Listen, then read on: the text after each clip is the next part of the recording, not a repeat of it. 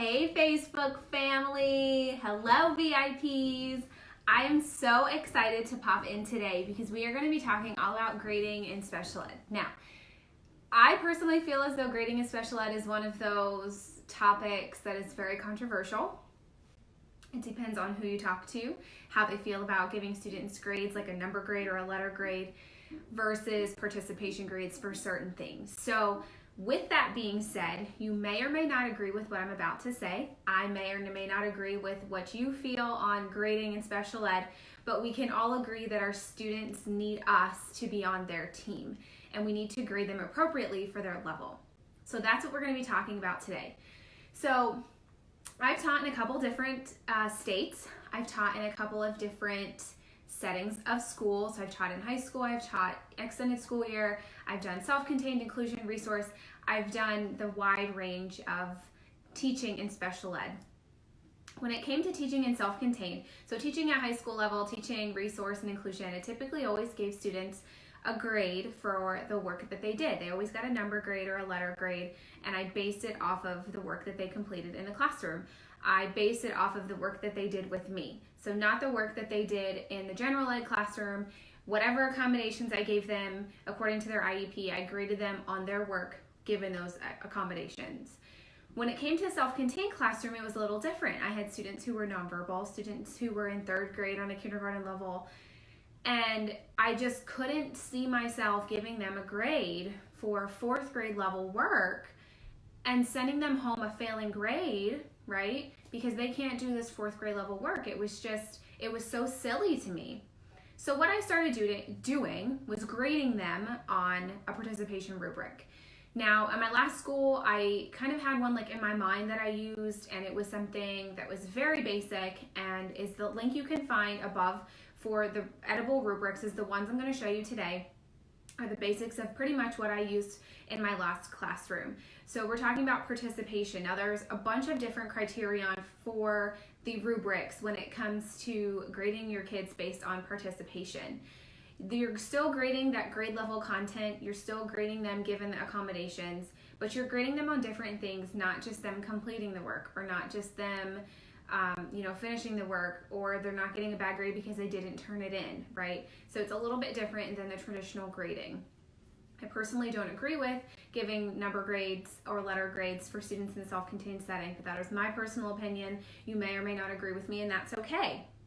It doesn't make me any worse of a teacher or any better of a teacher, or make you any worse or any better of a teacher. We all have our own opinions, and that's great. That's what makes each of us so unique, and what makes our community of special educators so wonderful, because we all come with different experiences. So what I'm going to show you today are the editable rubrics, and kind of explain to you how I use them in the self-contained setting and how I will continue to use them in any future classrooms that I am in. So this is the basics of what you'll get with the editable rubrics. So there are 5 different ones already completed for you, but what's great about these is you can type in any of these rubrics and change the wording if you want, or you can keep it as is.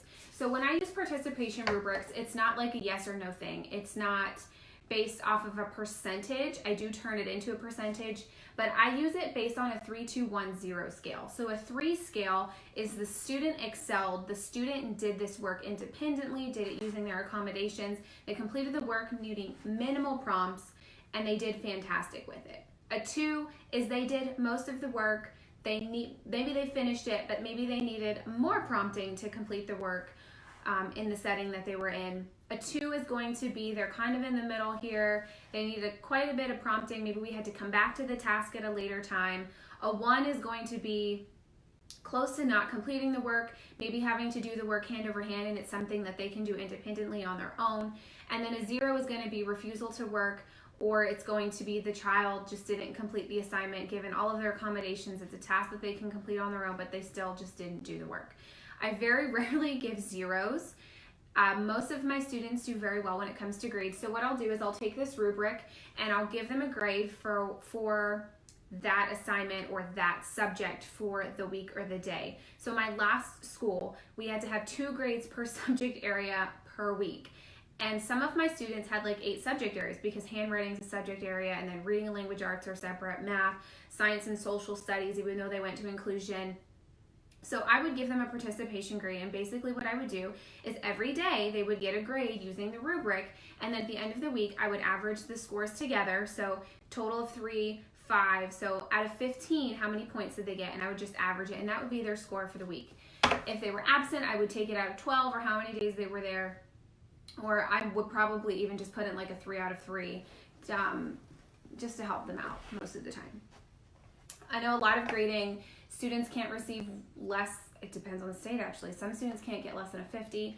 In other states, some students can't get less than a 65. And then other states, students can't get less than a 75 or an 80. So it really depends on where you live, your district, and the rules and all of that fun stuff as to what's the lowest possible grade that you can give a student. When it comes to parents and their mindset, I know homework is a hot topic. Grading is similar to homework in that when we grew up, we were used to having homework every night. When we grew up, we were used to having the letter grades or the number grades, right?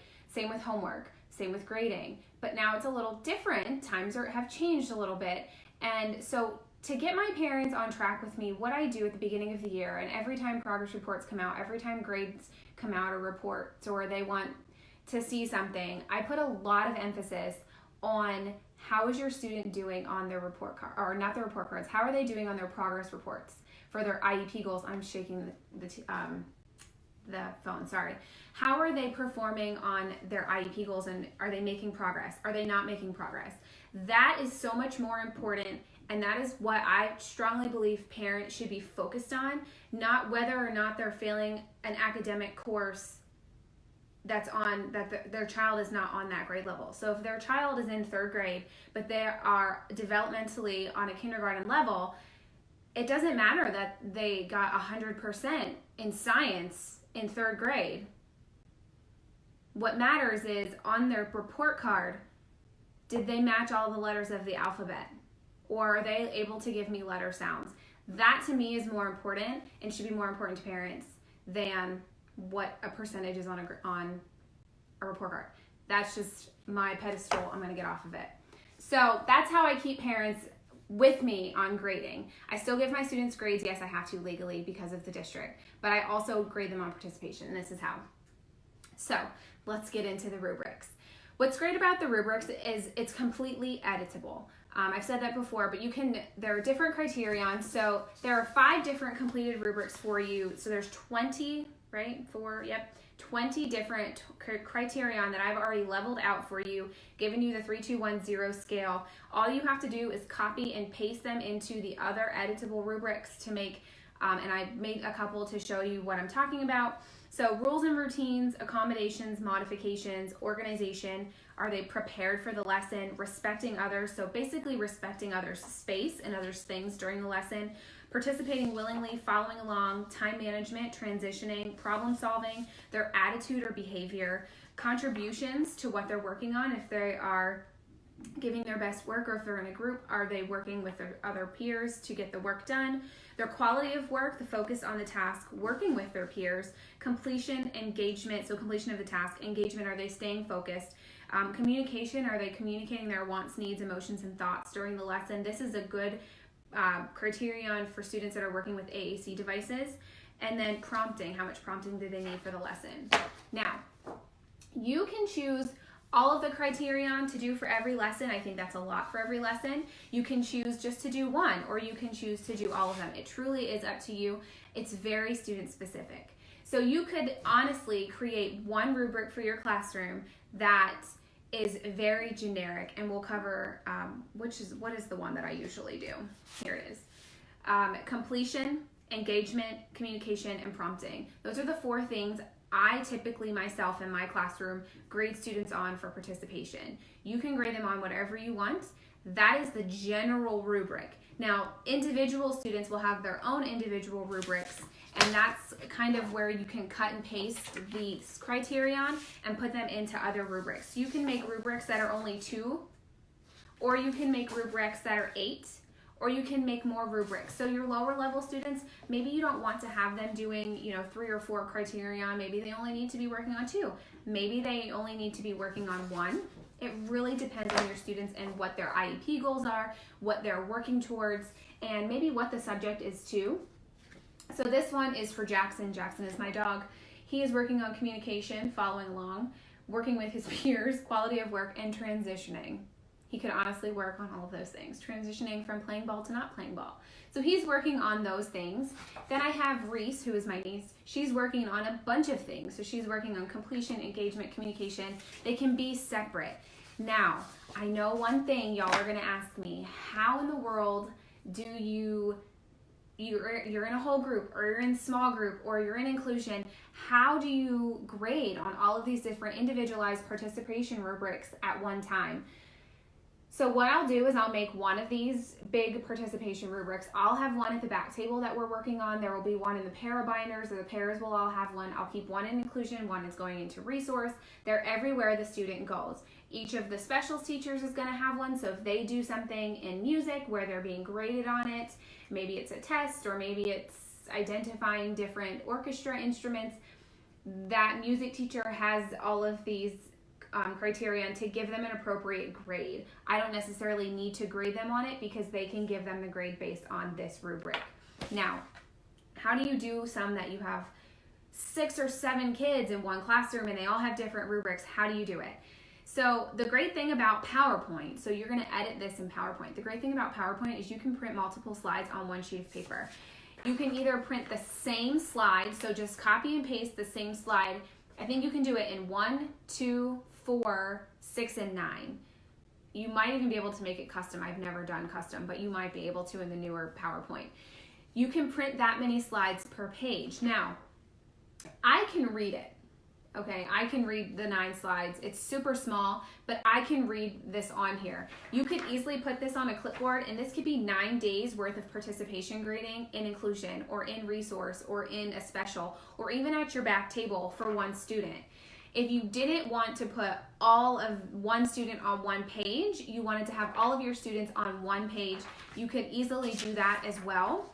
I just printed the 5 samples that I made, and when you select print, you just print the slides as handouts for the PowerPoint presentation. You're not going to save it as a PDF or anything. You're going to print right from PowerPoint.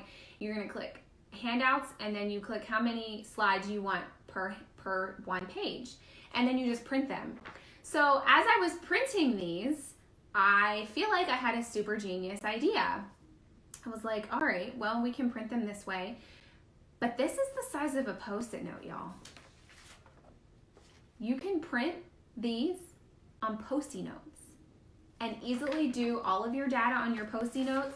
If you wanted to do, this is grading for 5 different kids. So you could color code your Post-it notes and grade students on one lesson on here. This could be one lesson that you have to grade per week. Maybe it's your reading ELA lesson. You have all your Post-it notes ready. Basically what I did was I printed this sheet, okay? You print the handouts. I stuck those over top of it. Now I don't know if you print like 4 to a sheet, like how to line up, but with the 6, you can print it on Post-it notes. So you can see underneath, I've already printed it once, and then I just put the Post-it notes over top of it. Now, when you put Post-it notes in the printer, you have to be very careful as to what end you're putting in first. So what I do, before I printed this out, I put an X on my paper. So you see this X? This is the X. When I pull my paper drawer out, this is the X that I'm looking at. So this is the back of the paper on the top that I can see. So when it comes out like this, now I know how to stick this paper back in because I have the X on it. That's how I figure out how to print front, back, and all that fun stuff. I'm not super tech savvy with that. So I just stick the X on the back of the paper and it works, y'all. So I put the X on the back, print out what I need, right? And then I'm gonna go through and I'm gonna put it in this way so it's gonna come out this way. When you put Post-it notes in your printer, please, for the love of everything, if you don't wanna ruin your printer, please don't put it in to where it's gonna feed and the paper is gonna be flipping up. You want the sticky side to be facing whatever end is gonna roll through your printer, okay? So for me, it was this way. I actually had to do it 3 times before I figured it out, like before I stuck it in. So it's okay if you have to try a couple times, it's all right. And now I can take data on 5 different kids during one lesson, simply just sit here and after the lesson or during the lesson and be like, All right, Stephanie, because it has their names on it, Stephanie's working on prompting. I only needed to prompt her one time, so I could just circle the 2. Did she complete the activity? She did. You can just circle it and then use this to give yourself grades. Use this to give yourself your progress monitoring. Guys, if you've watched my videos and seen that how I take data, you know I take data on Post-it notes. This is genius. I feel like I just discovered something so smart, and it's just printing on Post-it notes. But it's printing the rubrics that I'm grading my kids on Post-it notes. Now I'd imagine you could probably cut this and make it fit, or put a bigger one on here, or get the littler ones. You could do that and print the smaller ones too. But that's how I grade my kids with participation. It's very individualized. It's very on what they're working on. It's either very individualized or it's very just a blanket participation rubric. Did they complete it? Did they engage in the activity? Did they communicate their wants and needs with me? And how much prompting did they need? That's my basic rubric. And I'm pretty sure in the PowerPoint, it's the very first one. So these are my basic, I put them all on the same page for you guys. These are the ones that I use as a general blanket for all of my kids. I also will individualize them too. But this is the very first slide that's filled in with criterion. There's also a PDF if you just wanted to print these to have them and give them, hand them out, put them wherever so your paras know. Again, you can also edit them to say whatever you wanted, but I've already laid them out 3, 2, 0, 1 for each of the 20 criterion. And I've really tried to give you guys a lot of criterion to reach all of your kids. So I would love to hear how you guys grade your kids in your classrooms. I think while it's a very touchy topic, I'm very interested to see how other people feel about grading in the classroom. It's one of those things, it's like homework. We don't agree, but I'm super intrigued by how everybody else views grading in a self-contained classroom, or how you grade in a resource classroom, or at a high school level versus elementary level in the same setting and both self-contained. So either comment on this video and let us all know how you do grading in your classroom, or send a new thread through the Facebook group here in the VIP group and we can all chat about grading. I'll even start one after this video. I'll start a new thread on grading and we can chat about how we all do grading and see if maybe we can put all of our minds together and find something that works for everyone. So that's the end of today's video. Again, if you wanted to grab these rubrics, their link is right above. I am going to be popping in again next Tuesday, I think. There are some events that are coming up in the VIP group only for new lives that were requested and other things that I felt like I should share with you guys. I know October books are coming up and we're going to be talking about grading was one, and I don't remember the other ones, but I will get them ready for next week, and I can't wait to talk to you guys again. Have a great Friday tomorrow. Have a fantastic weekend. I'm taking the weekend off and just going to enjoy life. So please do the same. Enjoy your weekend and have a great night. Bye, guys.